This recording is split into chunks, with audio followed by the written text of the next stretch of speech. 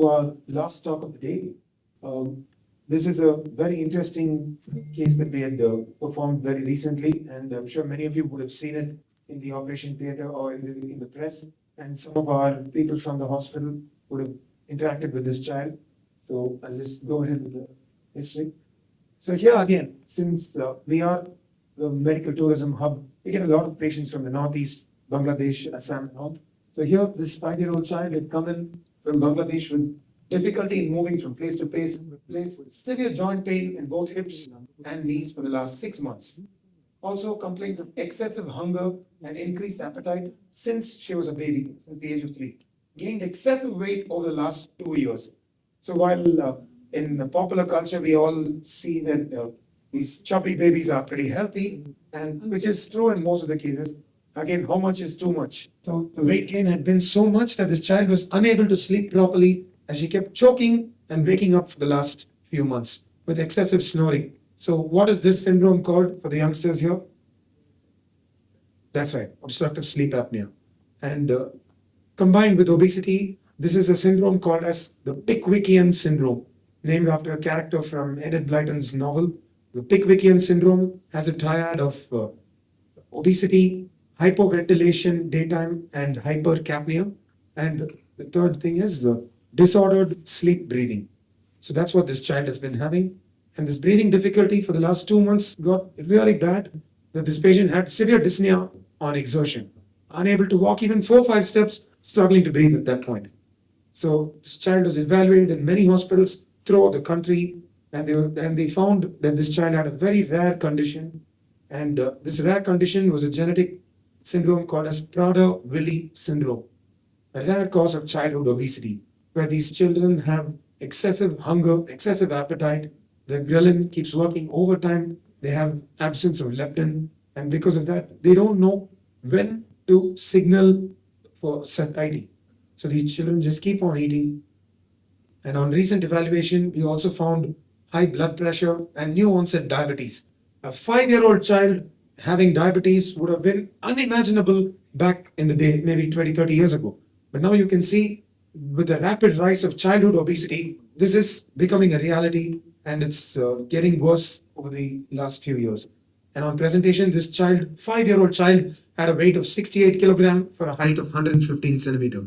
And the BMI was 51.4 kilogram. So for childhood BMI and childhood obesity, they have a separate percentile scoring. And in that percentile, this child was found to have 99.9995 percentile, which means there's less than 0.001% who are in that weight category. So we did a thorough evaluation and found that the liver function tests were also elevated. So any reasons why this could be there?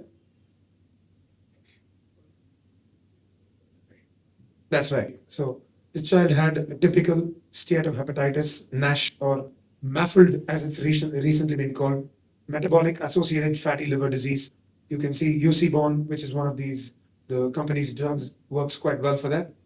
So here, this elevated liver function test was also a big problem, and we had to address something that had to be addressed at the earliest. HbA1c was 6.9, revealing new diabetes. So we found, and statistics show that nearly 80% of obese individuals are recent or new diabetics. And that's the same with this child, with a BMI of 51, because the insulin resistance just keeps shooting up. And that's what's happened to this child. The BP was 150 over 90. And we got the expert opinions. As Murugan sir said, we are fortunate enough to have all the specialists, including a fantastic general medical and pediatric cardiologist team.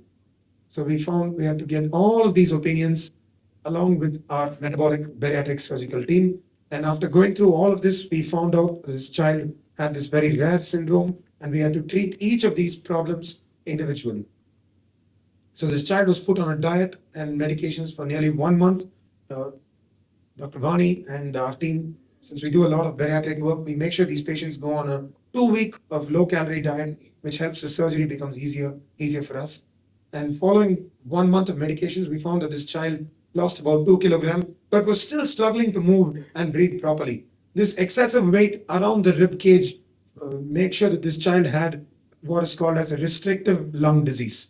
That's the most common reason behind this breathing difficulty. And we decided and counseled the patient attenders and told them that some form of intervention needed to be done, for which after detailed counseling, we decided to perform a laparoscopic bariatric surgery for this child.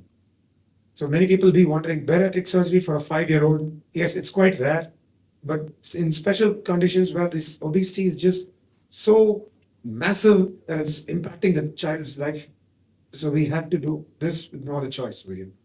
So on the day of the surgery, the child had a weight of 65 kilograms with a BMI of 49. We proceeded to do a laparoscopic sleeve gastrectomy in which 3/4 of the greater curvature of the stomach is taken out, leaving the stomach to be a simple thin tube called as the sleeve. So we decided to do this under high risk. And when we went into the operation theater, the intubation was very difficult because the child had a very short and thick neck. So we had a very difficult time. We had 2-3 anesthetists at the same time. And this child had recurrent desaturation. So it was not a joke. The moment we started the surgery, this child just kept on desaturating. And there was a point where we had to almost abandon the procedure. We thought we would have to shut down and just leave the child be as it is. And we were worried the child wouldn't recover after that. So then we had to keep the pneumoperitoneum, which is basically a carbon dioxide cushion to perform laparoscopic surgery. We had to keep it at a very low pressure, and using that, we had to proceed and complete sleeve gastrectomy. And we were only able to do this because we were able to complete this procedure in about 25 minutes. So because we were able to do it very quickly, because of our prior experience, we managed to finish and get done with this. So following that, this child, I will show you a quick video of this later. So let's try playing. I think there's a problem with the laptop, which is not able to read our video files over here. Yeah, one second. So I'll play the video after this. So the procedure completed in 35 minutes. The entire period was uneventful. Shifted back to the room after 3 hours in the ICU. We started the child on clear liquids within 4 hours, and we started the anticoagulants as well, and put the child on liquid diet for 2 weeks.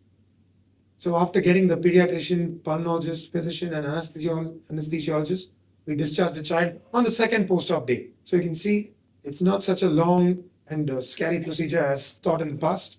And the first review, 5 days post-op, revealed no abnormalities with the normal ultrasound scan. Second review, after 2 weeks, we found that this child had lost nearly 8 kilograms with liquid diet, and the BP had also reduced considerably. So even that 5 to 8 kilogram weight loss had definitely decreased the child's blood pressure. But this increased hunger because of ghrelin and leptin was still present in this child, which is related to the syndrome, which is why we had to keep this child on regular monitoring, because there's a chance of them regaining weight. So you can see it's the commonest cause of genetic obesity in childhood. This syndrome can have hyperphagia, cognitive impairment, craniofacial abnormalities, short stature, and hypogonadism. So this short stature and obesity itself can cause major damage to this child's breathing. So bariatric surgery reserved for children with severe obesity-related comorbidities, like in this 5-year-old child. So the literature we found, this is quite a rare condition. One paper analyzed 64 patients, and they found a weight loss of 26 to 38% total body weight.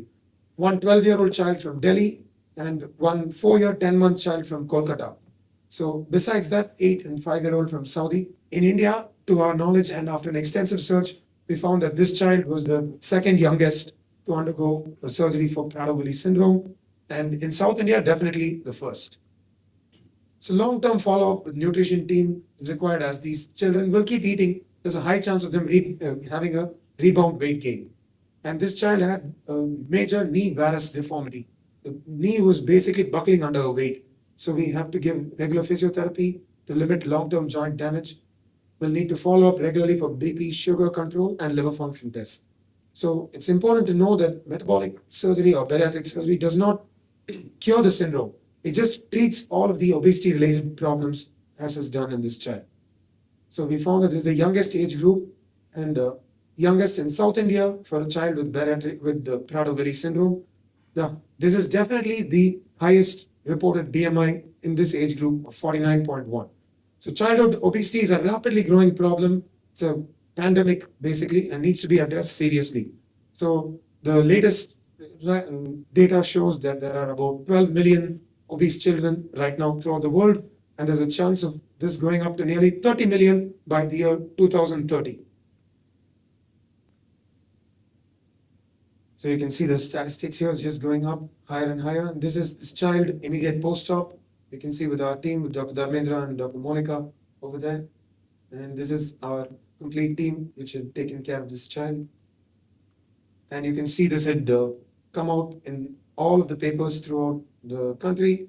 And we're lucky that this was the first ever report from South India, the youngest to undergo this procedure.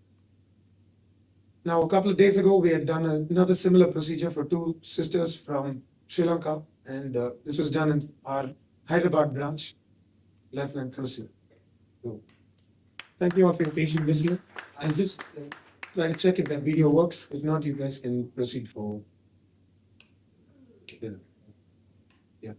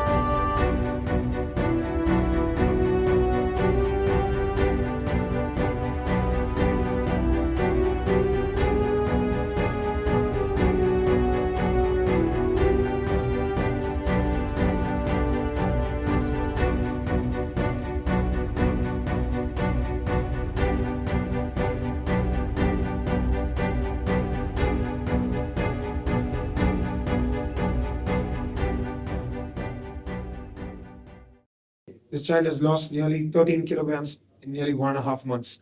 And the child's quality of life is much, much better than before. So I'd like to once again thank you all for your patient listening. Thank you all for your precious time off this evening.